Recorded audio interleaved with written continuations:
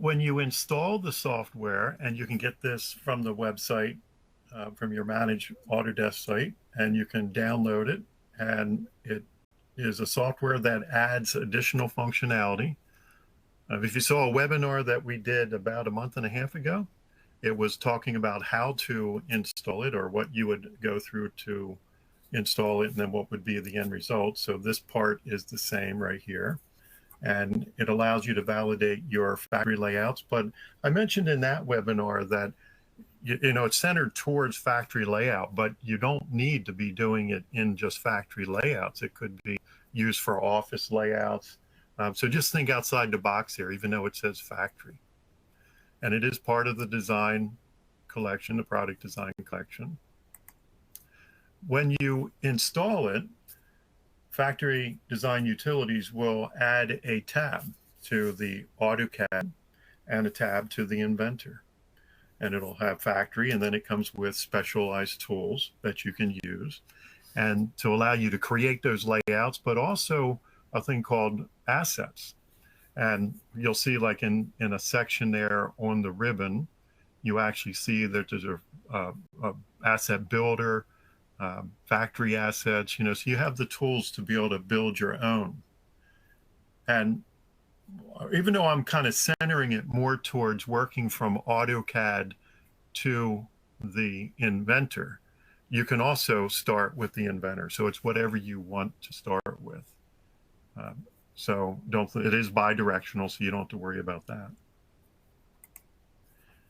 So when you do install it, you have assets. Think about those assets. If you're thinking from an AutoCAD to Inventor, because a lot of times people have AutoCAD layouts already done.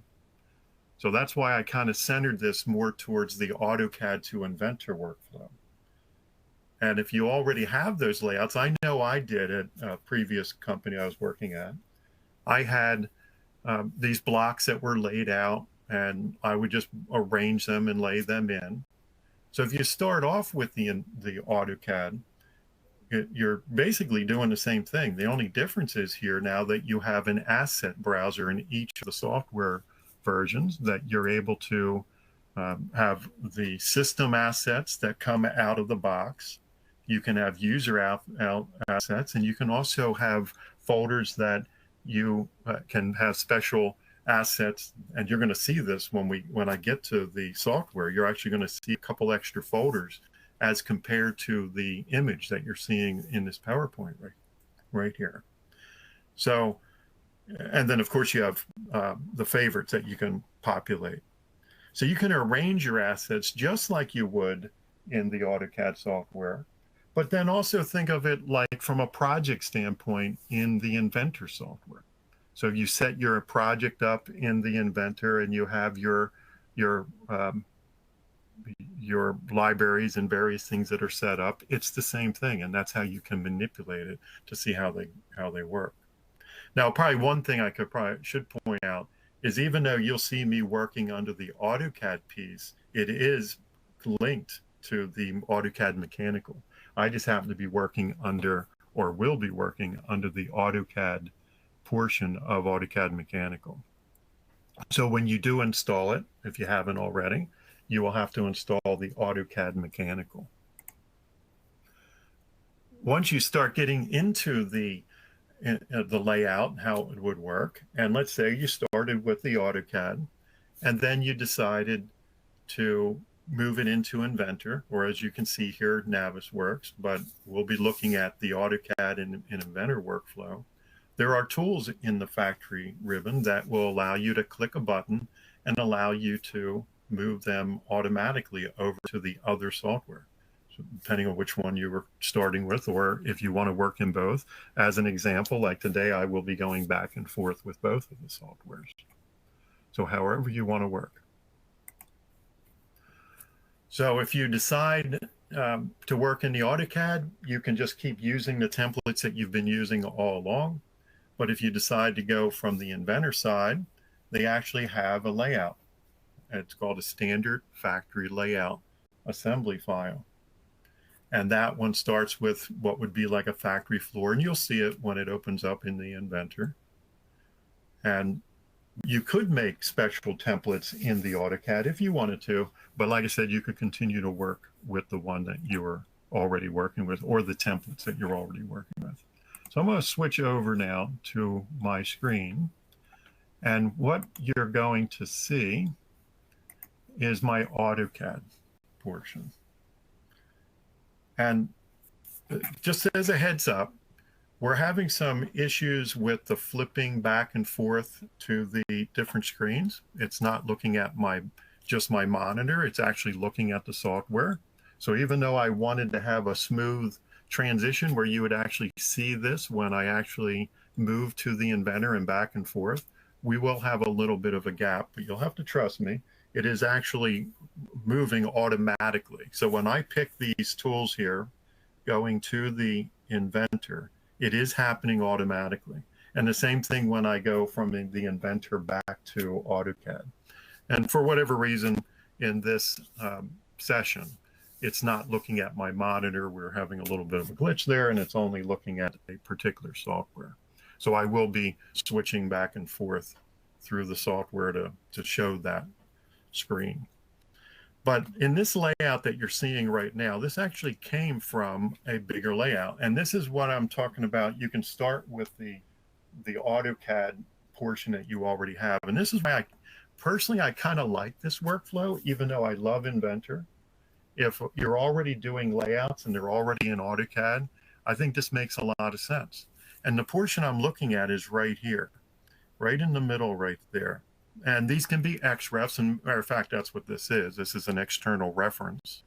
And you can have them, so you got your master layout, and then you have your different cells of the factory as external references. That happens quite often too. So all of these could be that. So I'm looking at the individual cell, and that's what this file is. And just to save a little bit of time, I actually put what's called a chain asset in here. And when you look at these red areas, they are the automatically adjusted lengths, because there's a predefined length, but I have it automatically adjusting. And that's actually a system asset that you look over here on the left. Here's my system, the one that's highlighted. This is my asset browser, and I pulled that chain or that fence out of my asset. So as an example, I can search, and I actually used that one right there. And that's how I was able to bring that one in. So I just wanted you to see how that would work.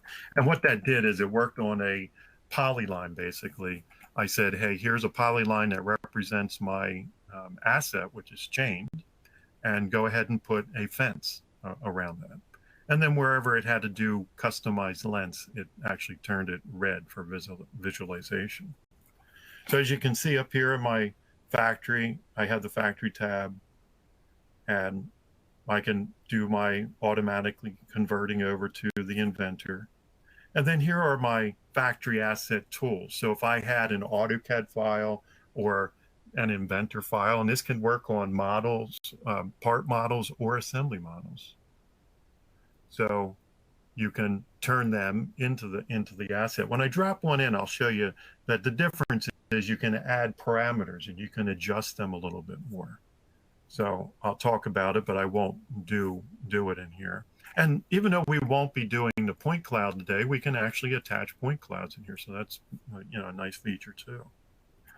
And I actually scan, as an example, just kind of having some fun, I actually scanned my car into a point cloud, and I ended up dropping that into a factory floor as an example that I've done in a previous webinar. I won't be using that today, but just to give you an idea of how the cloud assets work. So if you can get a previously scanned one, or you can do it yourself, and scannings are becoming much easier today. So putting them together, it can work a lot nicer for you. A little cheaper too. They're also coming down in price. So if we look over here at my asset browser, these are the system assets, and it really comes with quite a few options. So like you can see architectural, automotive, building. I can also go in something a little bit more mechanical, or from a manufacturing standpoint. We got conveyors, we have roller, and there's some pallets in here. Here's where I expand it out and I have a roller one. There's even a chained roller conveyor, so I could treat it the same way as I did the fence. So there are several categories. My attitude would be to use something from here as much as possible. Why make a bunch of them? And I say that in other software, if I can reuse files or use files right out of the box, you're much better off. Like as an example, the man, right? Bringing that one in there. So that would be system assets. Now there's two types. There's, they can be downloaded, but there's also cloud, and then you can download them. You can move them to your favorites. So here are my favorites. There's that man I talked about. I did the roller or the conveyor, the roller conveyor. So I have that in here. But I mentioned earlier too that I could identify libraries from my inventor project file, and I can make the software, both softwares actually recognize that. So that's what I did here. In my inventor project file, I actually have a brackets library. So I could have that in here if I wanted. And that was just for me throwing something extra in here so you could see it. And then I do a quick drive on factory layout, and these are my quick drive assets that I actually use in there. When you see a number over here to the right, that's actually giving you a variant. So all that means is that I have, in this case, I have a 1 station, 2 station, and it lets you know that it's been the asset builder. It allowed me to make 2 different styles of that. And if you think about it, it's kind of like dynamic blocks in AutoCAD. And then the same thing here. I have 3 variants on that. So I'm going to show you a little bit of that too. And then just to make it easier, I mentioned earlier, I can put them down into my favorites. So if I pull in this one as an example, this welding clamp, I just highlight it, left click, hold down on it, drag it in, and now I have the asset sitting right there on my cursor. Now we can have you still use the drafting settings down here in the bottom. Like I got ortho on, snapping to a grid. So you can do that. And once it's attached to the cursor, now you can just place it. So I'll just place it. I'm not going to really have a rhyme or reason in this particular webinar, just so you can see how things work is all I'm worried about. So I can bring it in, and once I drop it, I can rotate it around. And then I happen to have my ortho on to allow me to position it however I want to position it. And once I drop one, it automatically goes into another one here. And if I need to change it, I can use the tools up on the Home tab to rotate it around. It's still a block. I could grab the block. So right there's the grip for the block. But as I highlight it, you can see that it shows over here on these palettes. I've actually turned on my factory properties palette, my asset browser, and now I'm looking at this. And the variant is showing a single. So I could come in and say, hey, I need to make it a double. So now I update it, and then it makes it a double. And then I can move it around. So if I decided to bring another one in, drag that one in here, same thing, say, hey, I want it right about here, rotate it around, wherever I want it, and place that one. So now that I have some place, so you could continue, finish it out, I'm going to switch over to the inventor. I'm going to hit this tool right here. And normally you would just see this seamlessly just go right over to the inventor. And I'm going to do that, but I unfortunately have to stop and share another session or another software. So that's where the little glitch will come in. But when I go back over to it, I want you to be able to see that you're going to get the chain asset in the inventor software, and you're going to get these 2 assets that I put in here. Then I'll add some items into the inventor, and I'll go back, and that way you can see that it's bi-directional. So if you do like the inventor software, you can start with that. So it really does not matter. Even though the interface will look different because of AutoCAD versus inventor, you still will have the factory properties, the assets, placing, so however you like to place them. And I'll be showing you how that moves around. So I tend to if I want to come over and, well, there is my first message that's coming up because of that glitch we have in here when I'm trying to have it update. So let me see if I can switch over to the Inventor software. You're not going to be seeing that right away because of the opening right here. All right, so let me just close this one down, and I'll open that back up again. I may have to repeat some things here.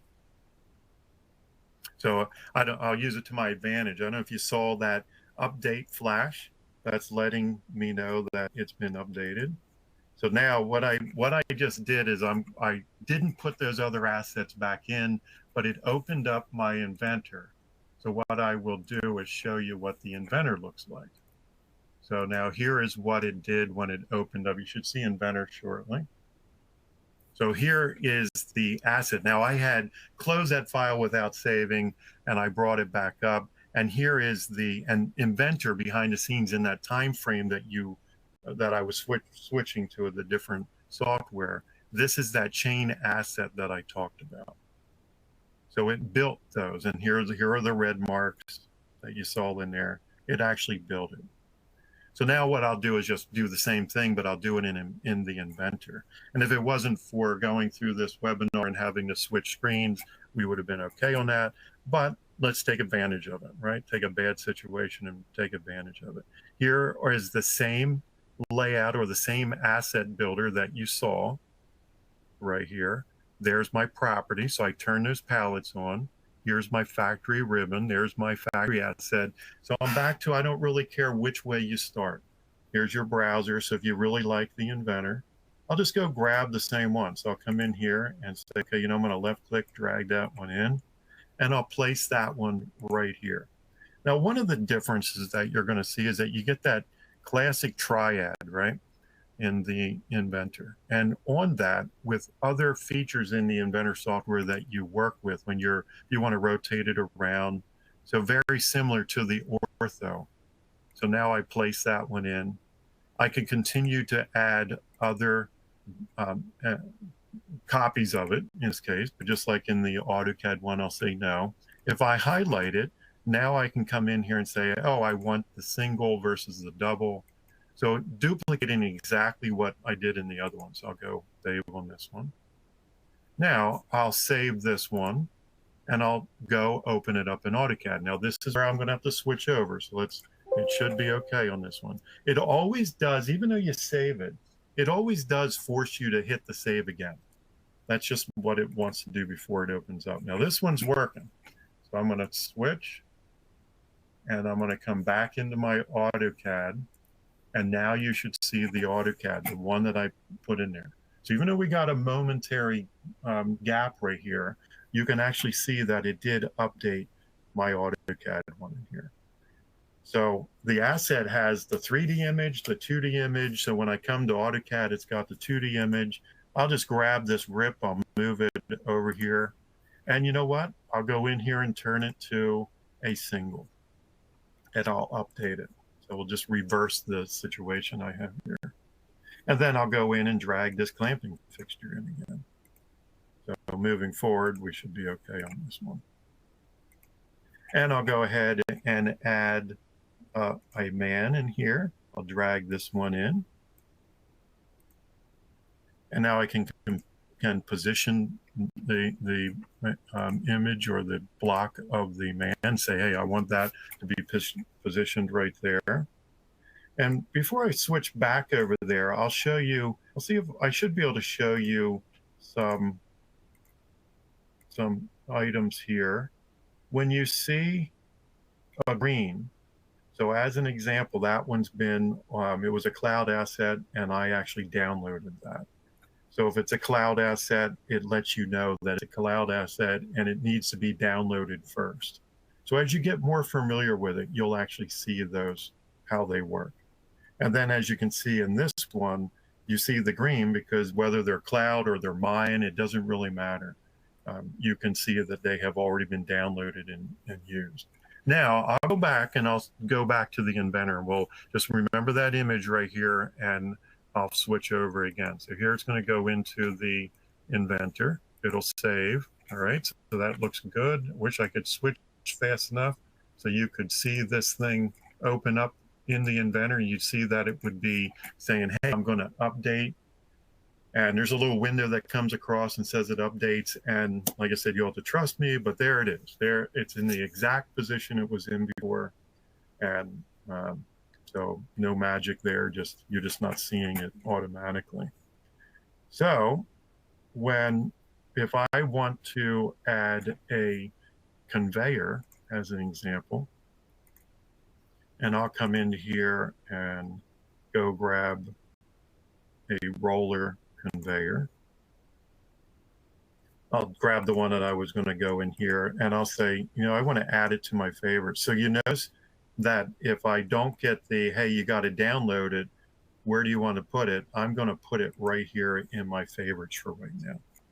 And if I wanted to move it into my personal assets, I would have had that option too. So now I have it in my favorites. So now it's sitting in here in my favorites. Left click, drag it in. And this is just one extra thing I wanted to show this to you. So now I can rotate it around. I can say, okay, I like where I got it. And now you can create these assets to automatically connect to each other. So that's another nice feature that's in here. So I can say, I want you to connect here. I want you to connect there. And you can rotate them.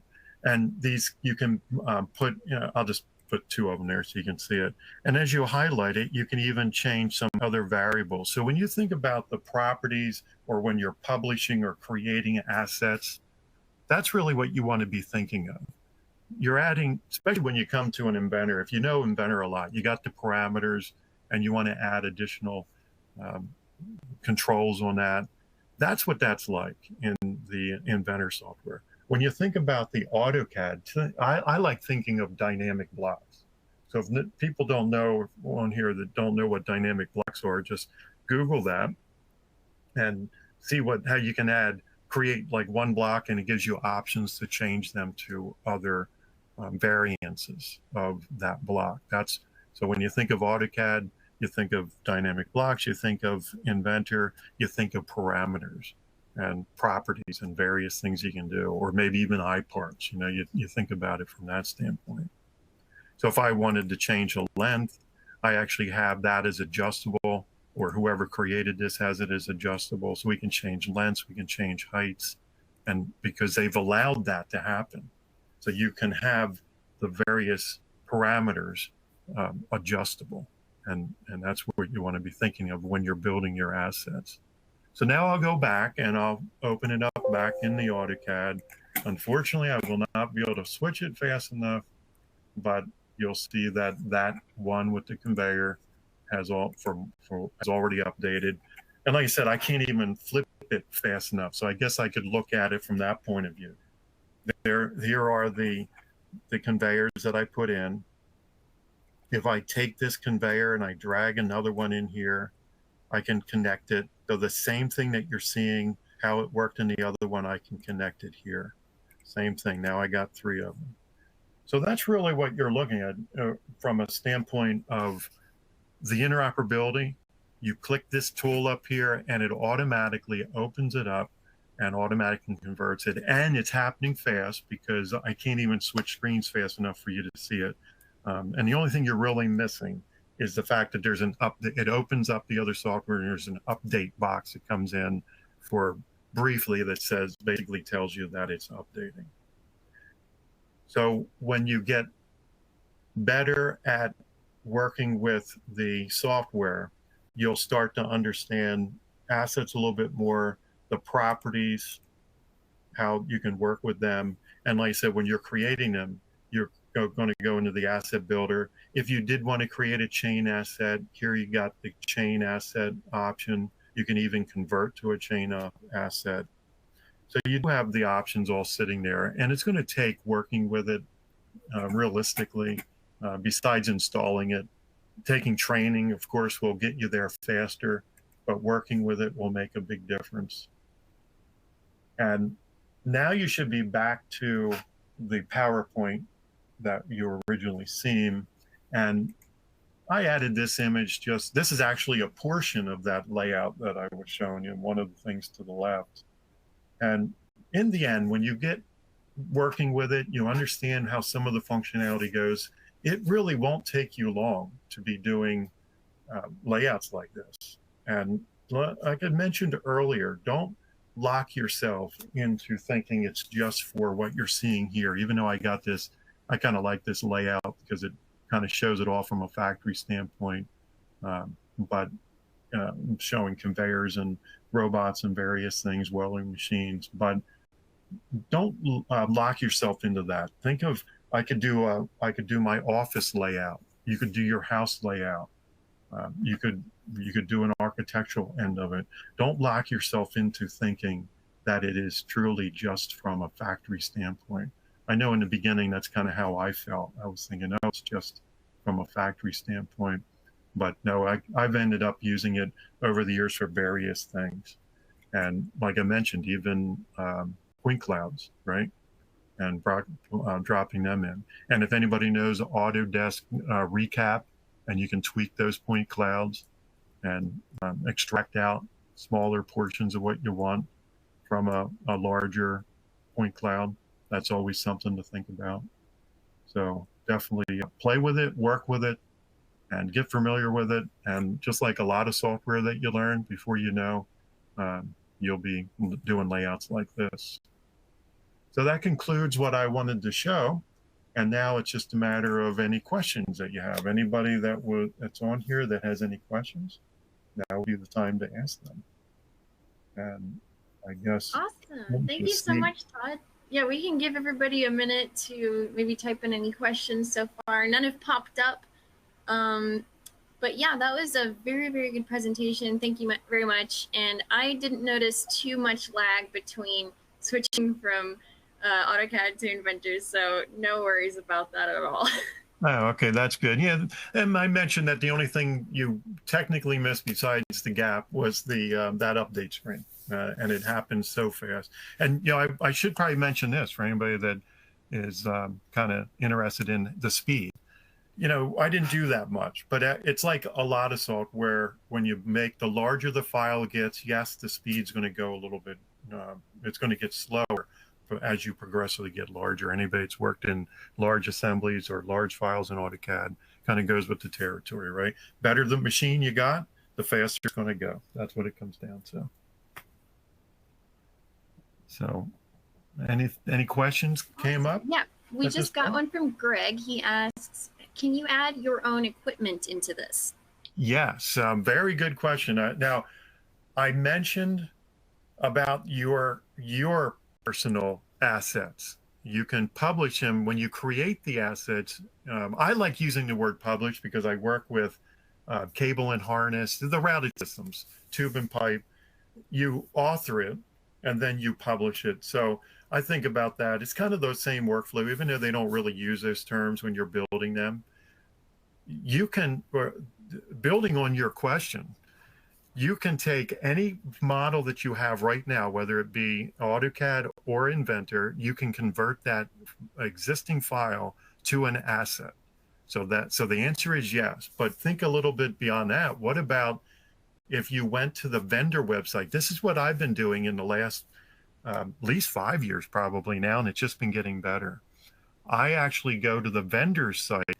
If I don't have it, why recreate it? And I actually get a step file, and a neutral file like that, or just their AutoCAD file, and I've been converting them to assets. So yes, out of the box, things that you create from scratch, things that you already have, and anything you download can be converted to an asset that can be used. So great question on that one. I should have said that earlier, right? So you can pretty much take any model or AutoCAD file that you have and turn it into an asset. So that's great. Great, thank you. That looks like that's all the questions we have, which means to me that you answered all the questions somebody else would have. Yes, that's how I'm going to look at it. I'm going to look at it like I answered everything. So probably there's probably a lot more questions, but people are, can't think of them now or aren't ready to ask them or whatever. Yeah, exactly. And if anyone does want to reach out, is there an email address you'd be willing to provide? Oh yeah, they can reach me at T Schmook is my last name, so it's TSCHMOOCK at ASTI.com. And it was actually in the beginning of this screen, I think, right? Did I have it there? I can't remember. But yes, you can reach out, ask, and maybe just put in there, hey, I was watching your webinar and I just have a quick question, and then that'll get me right to what you're, get me in the frame of mind to understand where your question's coming from. Awesome. Well, thank you so much again,